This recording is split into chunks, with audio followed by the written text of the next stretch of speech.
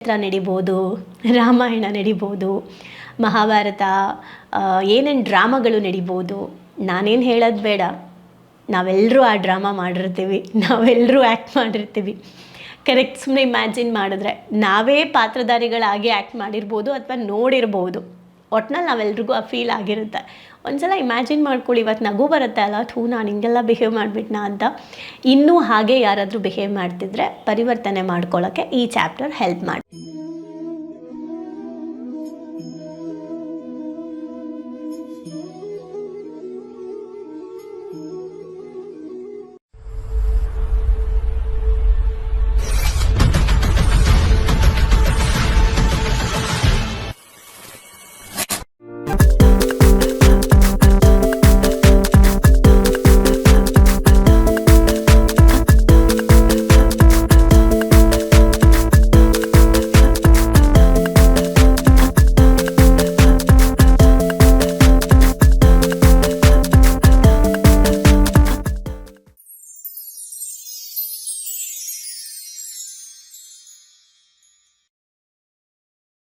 ನಮಸ್ತೆ.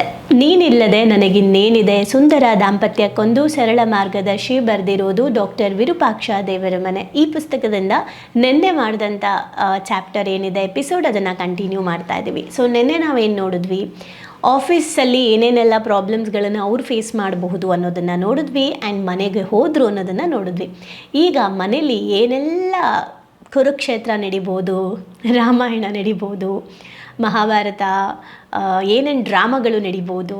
ನಾನೇನು ಹೇಳೋದು ಬೇಡ, ನಾವೆಲ್ಲರೂ ಆ ಡ್ರಾಮಾ ಮಾಡಿರ್ತೀವಿ, ನಾವೆಲ್ಲರೂ ಆ್ಯಕ್ಟ್ ಮಾಡಿರ್ತೀವಿ.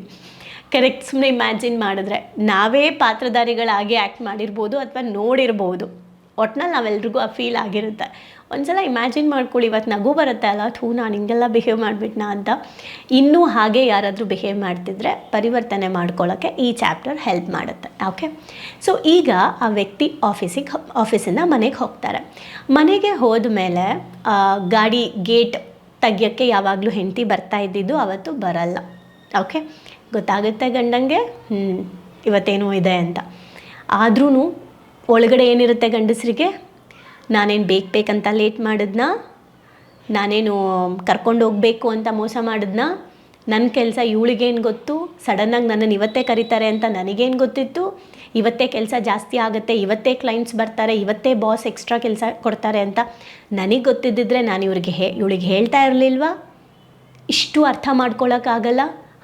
ಬೆಳಗ್ಗೆ ಹೋಗಿ ರಾತ್ರಿ ಬಂದಿದ್ದೀನಿ, ಇಷ್ಟು ಲೇಟಾಗಿ ಬಂದಿದ್ದಾರಲ್ಲ ಅನ್ನೋ ಕಾಳಜಿ ಇಲ್ವಾ ಇವಳಿಗೆ? ಅಟ್ಲೀಸ್ಟು ಇವಳು ಕರ್ಕೊಂಡು ಹೋಗೋದು ಅಷ್ಟೇ ಇಂಪಾರ್ಟೆಂಟು. ನಾನೇನು ಅನುಭವಿಸ್ತಿದ್ದೀನಿ ಅದೆಲ್ಲ ಇವಳಿಗೆ ಮ್ಯಾಟ್ರು. ಲೇಟ್ ಆಗುತ್ತೆ, ಯಾವಾಗಲೂ ಅಪರೂಪಕ್ಕಾದಾಗ ಏನು ಮಾಡೋಕ್ಕಾಗುತ್ತೆ? ನಾವೇನು ಬೇಕು ಅಂತ ಮಾಡ್ತೀವ? ಏನೋ ಊಟ ಅಲ್ಲಿ ಫೋರ್ಸ್ ಮಾಡಿ ಪರಿಸ್ಥಿತಿ ಏನೂ ಮಾಡೋಕ್ಕಾಗದೆ ಊಟ ಮಾಡ್ಕೊಂಬರ್ತೀವಿ.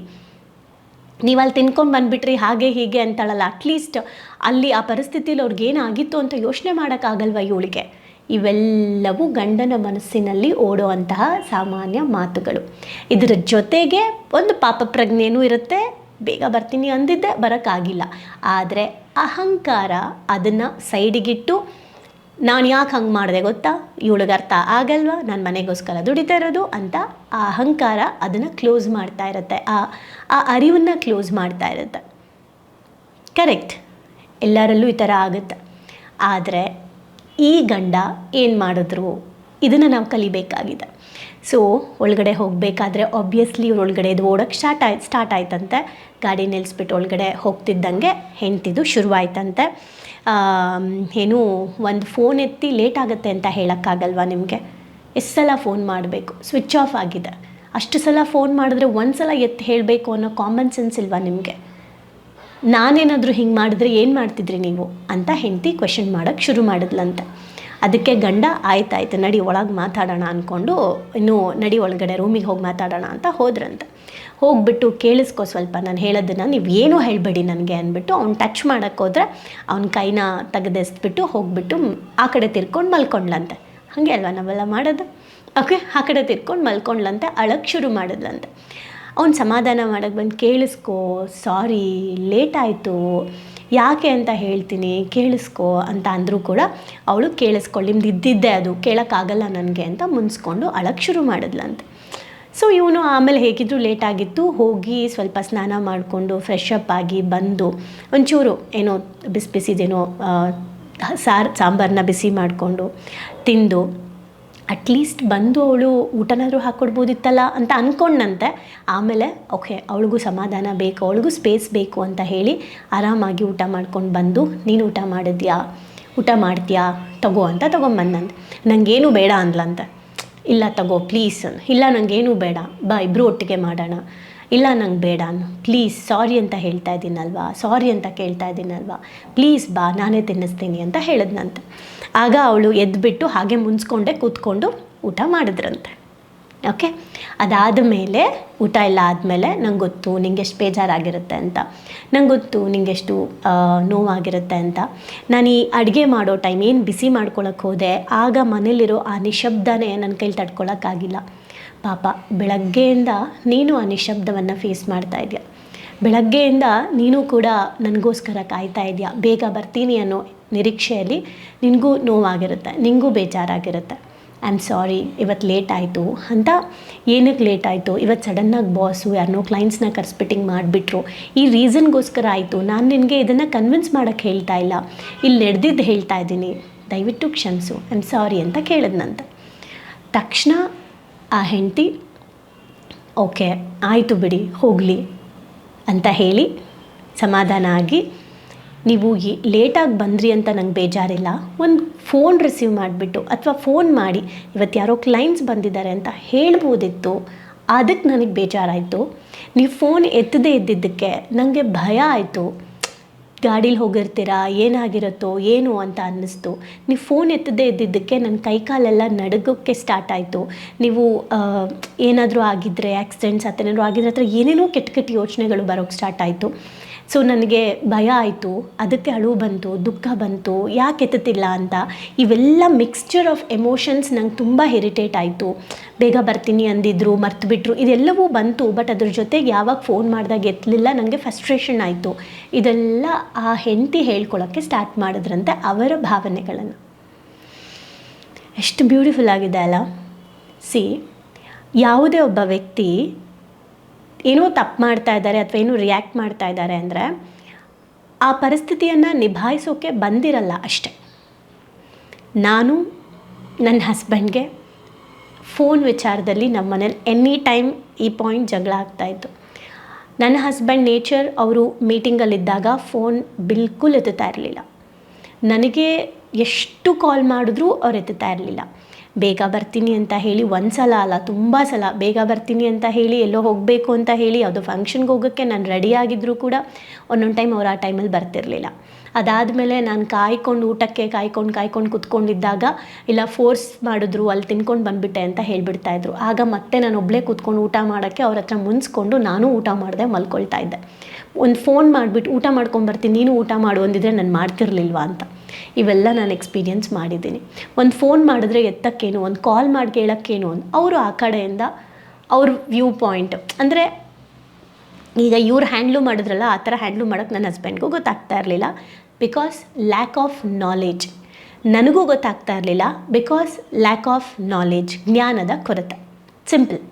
ಸೊ ಯಾವಾಗ ನಾನು ಇದನ್ನು ತಿಳ್ಕೊಳ್ಳೋಕ್ಕೆ ಶುರು ಮಾಡಿದೆ, ನಾನು ಅವ್ರಿಗೆ ಹೇಳಿದೆ, ಇನ್ನು ಮುಂದೆ ಏನಾದರೂ ಎಮರ್ಜೆನ್ಸಿ ಇದ್ದರೆ ನನ್ನ ಕಡೆಯಿಂದ ನಿಮಗೆ ಫೋನ್ ಬರುತ್ತೆ, 2ಕ್ಕಿಂತ ಹೆಚ್ಚು ಸಲ ನಾನು ಕಾಲ್ ಮಾಡ್ತಾಯಿದ್ದೀನಿ ಅಂದರೆ ರಿಸೀವ್ ಮಾಡಿ. ಒಂದು ಸಲ ಕಾಲ್ ಮಾಡ್ತೀನಿ, ನೀವು ಎತ್ತಿಲ್ಲ ಅಂದರೆ ನೋ ಪ್ರಾಬ್ಲಮ್, ಓಕೆ. ನೀವು ಮೀಟಿಂಗಲ್ಲಿದ್ದೀರಾ ಅಂದ್ಕೊಂಡು ನಾನು ಸುಮ್ಮನೆ ಆಗಿಬಿಡ್ತೀನಿ, ನೀವು ಯಾವಾಗ ಫ್ರೀ ಇರ್ತೀರ ಅವಾಗ ನಂಗೆ ರಿಟರ್ನ್ ಕಾಲ್ ಬ್ಯಾಕ್ ಮಾಡಿ. ಬಟ್ ನಾನು 2 ಸಲ 3 ಸಲ ಕಾಲ್ ಮಾಡ್ತಾಯಿದ್ದೀನಿ ಅಂದರೆ ನೀವು ಎಂಥ ಮೀಟಿಂಗಲ್ಲಾದರೂ ಇರಿ, ಕಾಲ್ ರಿಸೀವ್ ಮಾಡಬೇಕು. ಇದು ನಿಮ್ಮ ಮಧ್ಯೆ ಡೀಲ್ ಅಂತ ಮಾತಾಡಿದೆ, ಓಕೆ. ಅಂದರೆ 2ಕ್ಕಿಂತ ಹೆಚ್ಚು ಮಿನಿಮಮ್ 3 ಟೈಮ್ಸ್ ನಾನು ಬ್ಯಾಕ್ ಟು ಬ್ಯಾಕ್ ನಾನು ಕಾಲ್ ಮಾಡಿದ್ರೆ ಆ ಟೆನಿ ಕಾಸ್ಟ್ ನೀವೆಂಥ ಪರಿಸ್ಥಿತಿಯಲ್ಲಿದ್ದರೂ 1 ನಿಮಿಷ ನನ್ನ ಫ್ಯಾಮಿಲಿಯಿಂದ ಕಾಲ್ ಬರ್ತಿದೆ ಅಂತ ನೀವು ಎತ್ತಲೇಬೇಕು, ಓಕೆ. ಇಲ್ಲ ಅಂತ ಅಂದರೆ ನಾನು ಡಿಸ್ಟರ್ಬ್ ಮಾಡಲ್ಲ. ಫಸ್ಟ್ ಆಫ್ ಆಲ್ ನನ್ನ ಕಡೆಯಿಂದ ನಿಮಗೆ ಫೋನ್ ಕಾಲ್ಸ್ ಡಿಸ್ಟರ್ಬೆನ್ಸ್ ಮಾಡಲ್ಲ. ಇನ್ ಕೇಸ್ 1 ಸಲ ಮಾಡಿದ್ರೂ ನೋ ಪ್ರಾಬ್ಲಮ್. ಬಟ್ ನಾನು 3 ಸಲ ಮಾಡ್ತಾಯಿದ್ದೀನಿ ಅಂದರೆ ಮಾತ್ರ ನೀವು ರಿಸೀವ್ ಮಾಡಿ. ಇದು ನನ್ನ ರಿಕ್ವೆಸ್ಟ್. ಏನಾದರೂ ಎಮರ್ಜೆನ್ಸಿ ಇದ್ದರೆ ಮಾತ್ರ ಇನ್ನು ಮುಂದೆ ನಾನು ಕಾಲ್ ಮಾಡ್ತೀನಿ. ಎರಡನೇದು, ನೋ ಪ್ರಾಬ್ಲಮ್, ನಾನು ರೈಟ್ ಟೈಮ್ಗೆ ಊಟ ಮಾಡಿಬಿಡ್ತೀನಿ. ನೀವು ಮಾಡ್ಕೊಂಡು ಬಂದಿದ್ರು ಮಾಡ್ಕೊಂಡು ಬರದೇ ಇದ್ರೂ ನಾನು ಊಟ ಮುಗಿಸ್ಕೊಳ್ತೀನಿ. ನಾನು ಕಾಯೋದು, ನೀವು ಮಾಡ್ಕೊಂಡು ಬಂದೆ ಅಂತ ನಿಮ್ಮ ಮೇಲೆ ಬೇಜಾರಾಗೋದು, ನಾನು ಹಾಗೆ ಮಲ್ಗೋದು ಬೇಡ. ನನಗೆ ಹಸಿವಾದರೆ ನಾನು ಮಾಡಿಬಿಡ್ತೀನಿ. ಇದನ್ನು ಡೀಲ್ ಮಾಡ್ಕೊಂಡ್ವಿ. ನೆಕ್ಸ್ಟು, ನಿಮಗೋಸ್ಕರ ಕಾಯ್ತೀನಿ, ಏನಾದರೂ ಸ್ಪೆಷಲ್ ಮಾಡಿದಾಗ ಕಾಯ್ತೀನಿ. ನೀವು ಬರೋದು ಲೇಟ್ ಮಾಡಿದ್ರೆ ಅಥವಾ ನೀವೇನಾದ್ರು ಮಾಡ್ಕೊಂಡು ಬಂದಿದ್ದರೆ ನೋ ಪ್ರಾಬ್ಲಮ್, ಓಕೆ, ನಾನು ಕೂತ್ಕೊಂಡು ತಿಂತೀನಿ, ಆಮೇಲೆ ನಾನೇನು ಬೇಜಾರು ಮಾಡ್ಕೊಳ್ಳಲ್ಲ. ಈ ರೀತಿ ಡೀಲ್ ಮಾಡ್ಕೊಂಡ್ವಿ. ಓಕೆ, ಅಲ್ಲಿಂದ ಇದು ಬರೀ ನಾನು ಸ್ವಲ್ಪ ಹೇಳ್ತಾ ಇದ್ದೀನಿ, ಅಲ್ಲಿಂದ ಸುಮಾರು ವಿಚಾರಗಳು ಹೀಗೆ.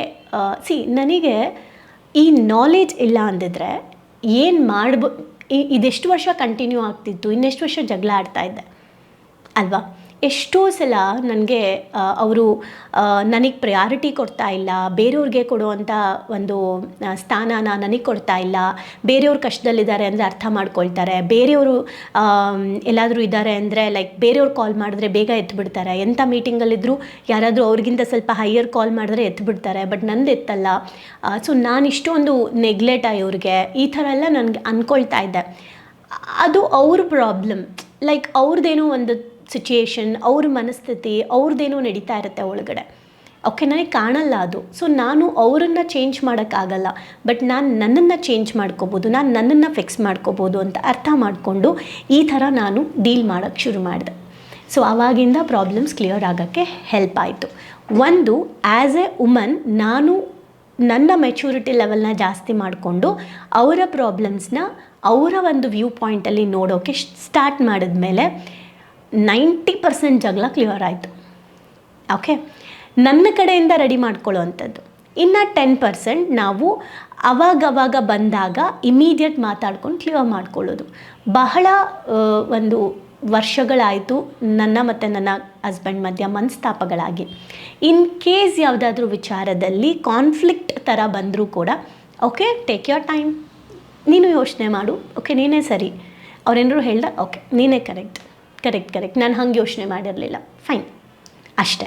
ಅದು ಇಂಪಾರ್ಟೆಂಟ್ ಆಗಿದ್ದರೆ, ಅದು ಅವಶ್ಯಕತೆ ಇದ್ದರೆ ಅಷ್ಟೇ ನಾನು ಇಲ್ಲ ನೀನು ಈ ಆ್ಯಂಗಲಲ್ಲಿ ಯೋಚನೆ ಮಾಡು ಅಂತ ಹೇಳ್ತೀನಿ. ಅದು ಅವಶ್ಯಕತೆ ಇಲ್ಲ ಅಂದರೆ ಓಕೆ ಫೈನ್, ನೀನೇ ಸರಿ, ದಟ್ಸ್ ಓಕೆ ಅಂದ್ಬಿಟ್ಟು ಸುಮ್ಮನೆ ಆಗ್ಬಿಡ್ತೀನಿ. ಓಕೆ, ಇದರಿಂದ ಯಾರಿಗೆ ತೃಪ್ತಿ ಸಿಗುತ್ತೆ? ನಮಗೆ. ಓಕೆ, ಸೊ ನಾವು ಖುಷಿಯಾಗಿರೋಣ.